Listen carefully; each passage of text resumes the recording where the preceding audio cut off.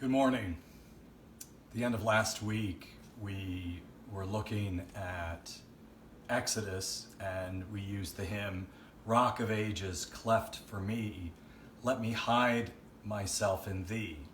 We're going to look at the second half of that hymn this morning out of Exodus chapter 33. The people have worshiped the golden calf. Moses, bringing the Ten Commandments down from the mountain, has broken them at the foot of the mountain. Things are basically in a shambles between Moses, the people, and God. God has just told Moses, okay, look, we'll get the people into the promised land, but I am not going with you because these people are so rebellious, I may destroy them on the way. And Moses pleads for God's presence here. Moses said to the Lord, if your presence will not go with me, do not bring us up from here. For how shall it be known that I have found favor with your sight, I and your people? Is it not in your going with us so that we are distinct, I and your people, from every other people on the face of the earth? And the Lord said to Moses, this very thing that you have spoken I will do, for you have found favor in my sight, and I know you by name. Moses said, please show me your glory. And he said, I will make all my goodness pass before you, and will proclaim before you my name, the Lord. And I will be gracious to whom I will be gracious, and I will show mercy on whom I will show mercy. But, he said, you cannot see my face, for man shall not see me and live. And the Lord said, behold, there is a place by me where you shall stand on the rock. And while my glory passes by, I will put you in a cleft of the rock, and I will cover you with my hand until I have passed by. Then I will take away my hand, and you shall see my back, but my face shall not be seen. In 2003, I was going through a very difficult time and just dealing with a lot of questions and concerns about my future. And a guy in a pastor's small group that I was a part of said, you know, my daughter goes to church in New York, and there's this pastor you ought to listen to. And that was my introduction to Tim Keller. I ordered some cassette tapes, that's how long ago this was, on the Gospel According to Moses, which was a set of sermons that he preached on Exodus. And the gist of that series of sermons was this. He said, when you are going through the wilderness and find that God is all you have, you wind up discovering that God is all you need.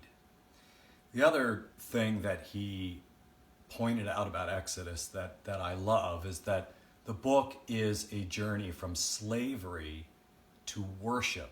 The end of the book is all about how to worship. It's not just about freedom. Freedom is worship. So when we get to this point, which in some ways really is the climax of the book, there's a trade-off that is being offered. God is saying, look, I will give you all the stuff that I can give you, but I cannot be present with you due to your rebellion. And Moses says, that is a lousy trade. It is your presence that is really the source of all that is good. Give me your presence more than anything you could possibly give me. Keller said the American church would make the trade the Israelites wanted in a heartbeat, but Moses basically salvages what a relationship with God is all about. And of course, the Lord knew that, but what an essential and wonderful passage. I will put you in a cleft of the rock, and I will cover you with my hand until I have passed by. What I've been trying to explain in the last several days is that God loves to be close to us God loves to be intimate with us. But ultimately, it is God who calls the shots. We do not control God. We do not put God in a box. He won't live that way. No one can see my face and live. You can see my back, but not my face.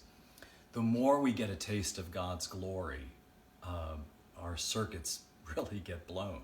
One of the greatest authors in the history of the church, Thomas Aquinas, is writing huge systematic theology.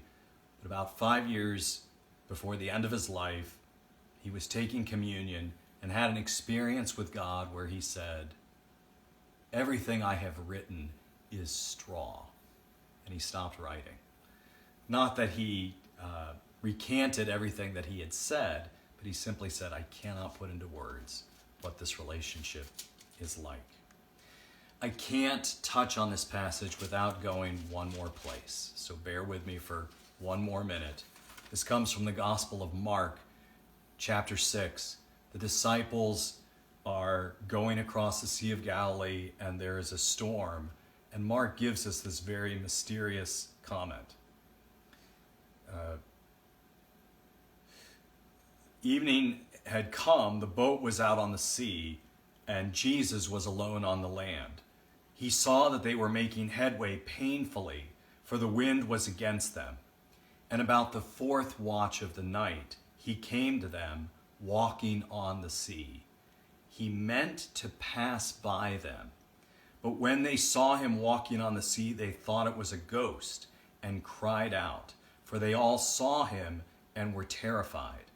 But immediately he spoke to them and said, "Take heart, it is I am. Do not be afraid." That little comment, he meant to pass by them. We think, that's so strange. Why was he going to leave them? But that's not what Mark is saying. It's tied to this other passage, which is in the storm, Jesus was going to pass by as God passed by Moses on the mountain. He was going to show them his glory. We call that a theophany. So friends, if you are afraid during these days, if you are in the midst of a storm, I encourage you just even have the courage to look into that thing that you are most fearful of, and you may see the face of God in Jesus Christ, ready to show you his glory. Our song today comes from Third Day, which came out in the year 2001, another time where a lot of folks were dealing with fear. It's called "Show Me Your Glory." God bless you today.